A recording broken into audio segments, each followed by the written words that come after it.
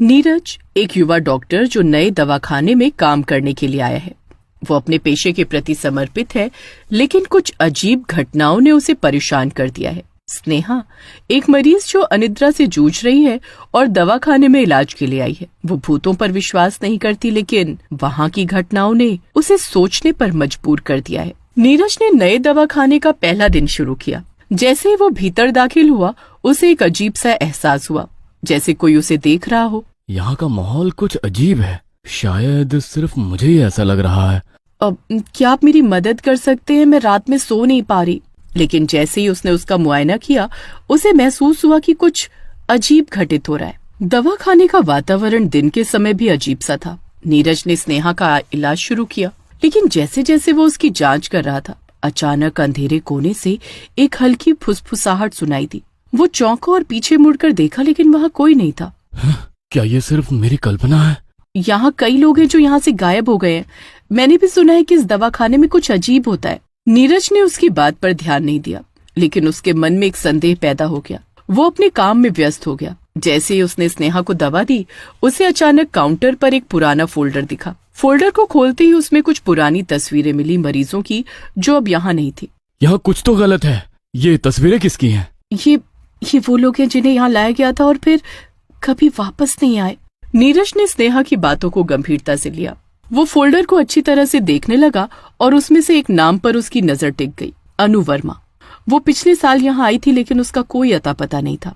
अनु वर्मा, ये नाम मुझे जाना पहचाना लग रहा है। क्या तुम जानती हो कि ये लड़की कहाँ गई? मेरे सहकर्मी ने बताया था कि वो यहाँ आई थी और फिर अचानक गायब हो गई। उस दिन के बाद से ये दवाखाना अजीब घटनाओं का गवाह बना है। लेकिन तभी स्नेहा की नजर काउंटर पर पड़े एक पुरानी डायरी पर पड़ी। वो उसे उठाने के लिए आगे बढ़ी और जैसे ही उसने उसे खोला, कमरे में ठंडी हवा चलने लगी। ये क्या है? इसमें तो अनु वर्मा के नोट्स हैं। डायरी में लिखी बातें डरावनी थी। अनु ने वहाँ अपने अनुभवों का उल्लेख किया था, जिसमें उसने भूतों के बारे में लिखा था। हमें इसे पढ़ना चाहिए, शायद इसमें हमें कुछ मदद मिले। नीरज और स्नेहा ने उस पुरानी डायरी को खंगालना शुरू किया। देखो, अनु ने यहाँ बहुत सारी बातें लिखी हैं। ये सब बातें अजीब हैं।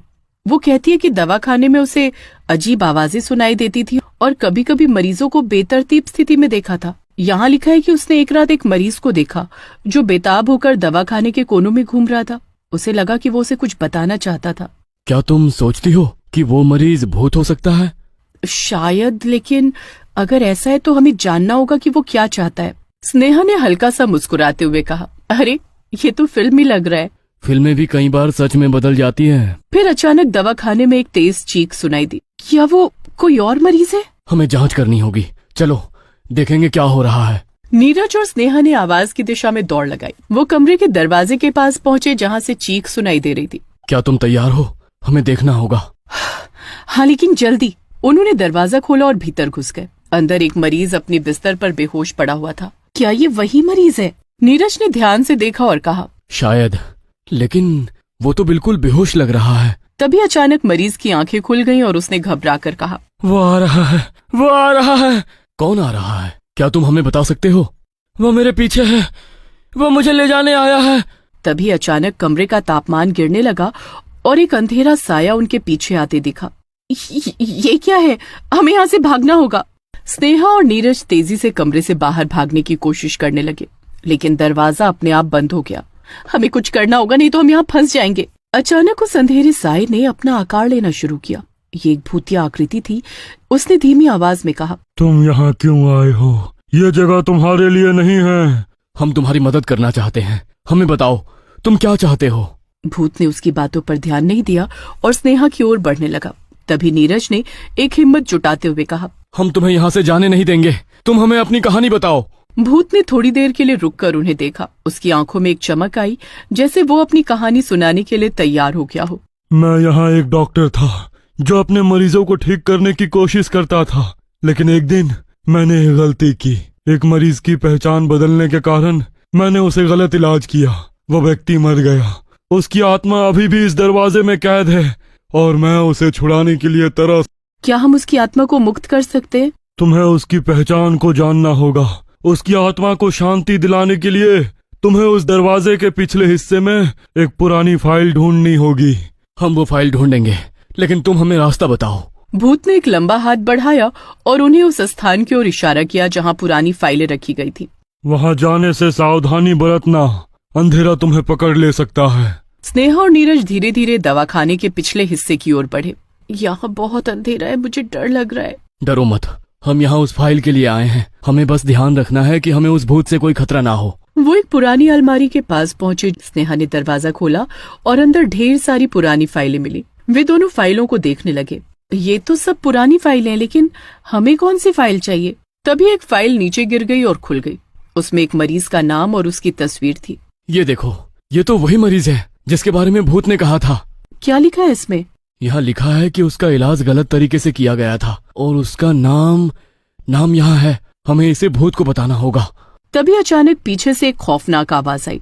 तुम यहाँ क्या कर रहे हो? वे दोनों चौंक गए और घबरा कर पलटे। स्नेहा और नीरज उस खौफनाक भूत को देखकर डर गए। तुम्हें यहाँ आने की क्या जरूरत थी? तुम्हारे कारण ही मैंने अपनी जिंदगी गंवाई। हम केवल तुम्हारी मदद करना चाहते हैं। हम जानते हैं कि तुम्हें न्याय नहीं मिला। जिन लोगों ने मेरा इलाज किया वे बेगुनाह नहीं थे। उन्हें अपनी गलतियों का एहसास नहीं हुआ। मुझे दर्द की जिंदगी जीने को मजबूर किया गया।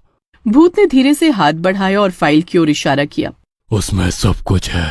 जो हुआ वो याद करो। नीरज ने फाइल को ध्यान से देखा।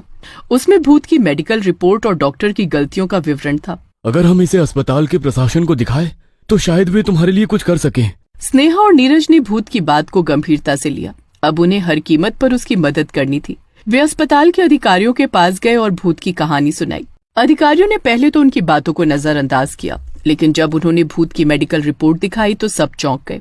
रिपोर्ट में डॉक्टर की लापरवाहियों का जिक्र था और भूत के साथ हुए अन्याय की कहानी सामने आई। देखिए, ये बहुत गंभीर मामला है। हमें इसकी पूरी जांच करनी होगी। फिर जब वे लौटे तो भूत ने उन्हें रोते हुए देखा। क्या हुआ? क्या कुछ हुआ? हमें तुम्हारी मदद करने का एक मौका मिला है। हम प्रशासन को तुम्हारी कहानी बता रहे हैं। स्नेहा और नीरज ने भूत की भावनाओं को समझा और उसे वादा किया कि वे उसकी मदद करेंगे। उन्होंने एक योजना बनाई कि वे भूत की कहानी को सबके सामने लाएंगे और उसकी आत्मा को मुक्त करने के लिए आवश्यक कदम उठाएंगे। भूत ने देखा कि कैसे स्नेहा और नीरज उसकी मदद कर रहे थे। भूत ने उन्हें धन्यवाद दिया और धीरे धीरे उसकी आत्मा हल्की हो गई, जैसे उसे अपनी मुक्ति का एहसास हुआ। तुमने मेरी मदद की है। अब मैं शांति से जा सकता हूँ। स्नेहा और नीरज ने देखा कि भूत की आंखों में अब राहत थी। अब तुम्हें कभी भी इस जगह की याद नहीं आएगी। धन्यवाद। और अगले ही क्षण उसकी आत्मा नीली रोशनी में लिपटी और एक मीठी ध्वनि के साथ आसमान की ओर उड़ गई। अस्पताल की सभी हलचलें समाप्त हो गई। क्या हमने सच में उसे मुक्त कर दिया?